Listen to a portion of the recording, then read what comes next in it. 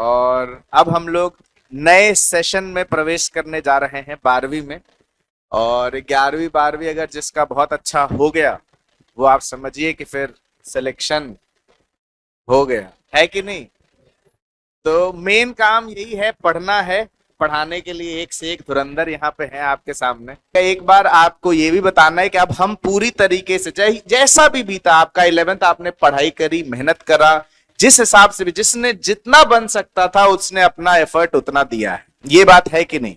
जितना भी हो सकता था, जितना मैक्सिमम आप कर सकते थे आप लोगों ने किया है। बट अब हमें एक चीज का ध्यान रखना है कि जो भी गलतियां 11th में हुई, जो भी जिस भी प्रकार की गलतियां हो, उन सबको भूलकर, उन सबको सही करके 12वीं में वही जोश जो आपका 11th में था, उस जोश के साथ और सही डायरेक्शन के साथ जब हम तैयारी करेंगे तो हम एकदम सेलेक्ट होंगे। इस बात की गारंटी हम सब आपको दे सकते हैं। बट एक ही चीज है कि सही डेडिकेशन, सही डायरेक्शन हम लोग आपको देंगे, पढ़ाएंगे हम लोग। बस वो डेडिकेशन जो है, जो आज है, वो आपका हमेशा रहना चाहिए। अर्ली 12th है, इसमें वही चीजें जब थोड़ा डेप्थ बढ़ता है तो थोड़ा समय लगता है, और वही चीजें जब हम लोग पहले शुरू करेंगे तो हमें ज्यादा टाइम मिलेगा। अगर सपोज करते कोई चैप्टर 10 दिन में खत्म करने वाला है तो हम पहले शुरू करके उसको 15 दिन ले सकते हैं, 16 दिन ले सकते हैं, वो हमारे ऊपर। और इसका बेनिफिट मिलेगा ही मिलेगा आपको। जब भी आप लोग भी कोई चीज जब आराम से रिवाइज कर रहे होते हैं वो बेहतर रिवाइज होता है एज कंपेयर टू टेस्ट के एक दिन पहले, जो सरसरी निगाह से देख लेता है जल्दी जल्दी जल्दी जल्दी। तो उससे एक सेटिस्फैक्शन तो आ जाता है कि सिलेबस हो गया, पर वो क्लैरिटी नहीं आती है जो एक महीने पहले रिवाइज किया हुआ हो और एक रात पहले रिवाइज किया हो। ये आपसे बेहतर कोई नहीं समझ सकता। और ये सब कैसे हो सकता है? जब आपके पास समय एक्स्ट्रा हो, जब आप जो ये समय बर्बाद कर सकते थे ये आप बर्बाद ना करें। समझ रहे हैं? तो इसी बस उसमें आपको रहना है कि जो जिस हिसाब से भी हम लोग आपको बताएं, आपको उस तरीके से आगे बढ़ना है, उसको फॉलो करना। कि अर्ली बैच क्यों है? टाइम इंपॉर्टेंट है, ताकि सफिशिएंट टाइम हो तो हमारा सिलेबस बेहतर तरीके से, थॉरो तरीके से कवर हो सके। दूसरी बात, 11th का रिवीजन हो सके। तीसरी बात, बोर्ड्स का प्रिपरेशन के लिए भी अच्छा टाइम मिल सके। चौथी बात, ज्यादा जनरली क्या होता है, पार्ट टेस्ट हम देते हैं। अगर पहले सिलेबस खत्म होगा तो ज्यादा फुल सिलेबस टेस्ट हम दे सकते हैं। मार्केट में, अदर कोचिंग में जहां फुल सिलेबस कम चल रहा होगा क्योंकि वो उस समय सिलेबस कवर कर रहे होंगे, उस समय हम केजीएस में ज्यादा से ज्यादा फुल सिलेबस टेस्ट दे रहे होंगे, यानी मॉक टेस्ट भी हमारा ज्यादा होगा। जब मॉक टेस्ट ज्यादा होगा तो एनालिसिस भी ज्यादा होगी, और एनालिसिस अगर अच्छा हुआ तो नंबर तो अपने आप बढ़ जाएगा।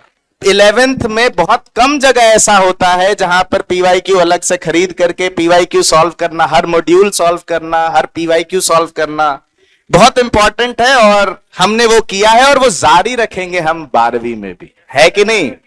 क्योंकि ये जो आदत डला है ना बेटा, ये बहुत इंपॉर्टेंट होता है। जब 11वीं में हम लोगों ने ये आदत डलवाया कि पीवाईक्यू करिए, मॉड्यूल करिए, आप नोट्स पढ़िए, ये जो आदत डला है ना, ये आदत 12वीं में, क्योंकि होता क्या है कि जब हम 12वीं में तैयारी कर रहे हैं तो हम भूल गए कि क्या कर रहे हैं क्या नहीं कर रहे हैं। आपने सब में मॉड्यूल किया है, पीवाईक्यू किया है, वो कंटिन्यू ही तो करना है ना।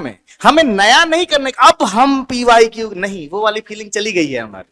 जो नए बच्चे जुड़ रहे हो, अगर उन्होंने नहीं किया हो, उनके लिए है कि नहीं अब हमें पीवाईक्यू करना है। वी एट केजीएस हमने ये सब कुछ कर लिया है और सभी सब्जेक्ट्स में किया है, जितना पॉसिबल हो सकता है। मैंने पहले दिन भी कहा था, पहली बार भी कहा था आपसे कि जितना जिसका एफर्ट लगा सकता था उसने उस हिसाब से, अपने हैसियत के हिसाब से पूरा कोशिश किया है। मैं बच्चों की बात कर रहा हूं, क्या ये बात सच है?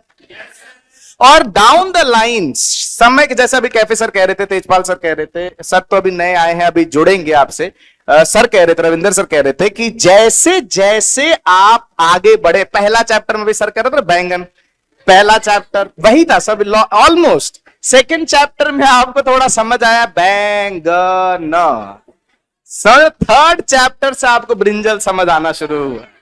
क्लियरिंग नहीं, वो धीरे धीरे आप खुद भी महसूस, क्योंकि हम नहीं बता सकते हैं, ये आपकी जर्नी थी, आपने जिया है और ये आपको पता है। मैं अपने में तो थर्ड पे कह लेता हूं, बाकी में पता नहीं। थर्ड चैप्टर से थोड़ा थोड़ा ब्रिंजल समझ आ रहा था, तो थर्ड चैप्टर से आप पटरी पे आए, फोर्थ चैप्टर पे आपने उसको छुक छुक छुक छुक सही करने की कोशिश करी और फिर धीरे धीरे जितना पॉसिबल हो सकता था लगभग सबने वो काम किया है। और मैं फिर से कह रहा हूं कि कुछ नया नहीं होगा, कुछ नहीं बदलेगा। ऐसा नहीं है कि हम हेलीकॉप्टर से उड़ के पढ़ाने लग जाएंगे या कोई हवा में सर के पंख निकल आएंगे।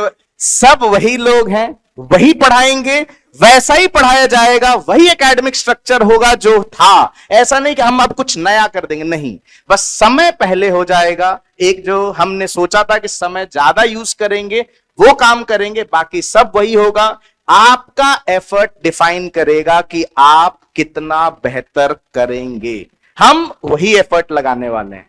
हम 19-20 या 20-21 हो सकता है ना, तो हम 20 दे रहे हैं तो हम 14 पे आएंगे, और ना ही 20 दे रहे हैं तो हम 28 पे जाएंगे। ये आप लिख के ले लीजिए, ये सेम है, वो कभी नहीं बदलेगा। पिछले 13 साल में नहीं बदला, सब लगभग 10 साल से ऊपर के एक्सपीरियंस के हैं, वो नहीं बदला है। तो वो ऑब्वियस सी बात है कि आपके अगले साल के लिए बदल जाएगा क्या? नहीं बदलेगा। बच्चे, मास्टर वही रहता है, बच्चा बदलता रहता है। ये बेंच वही होगा।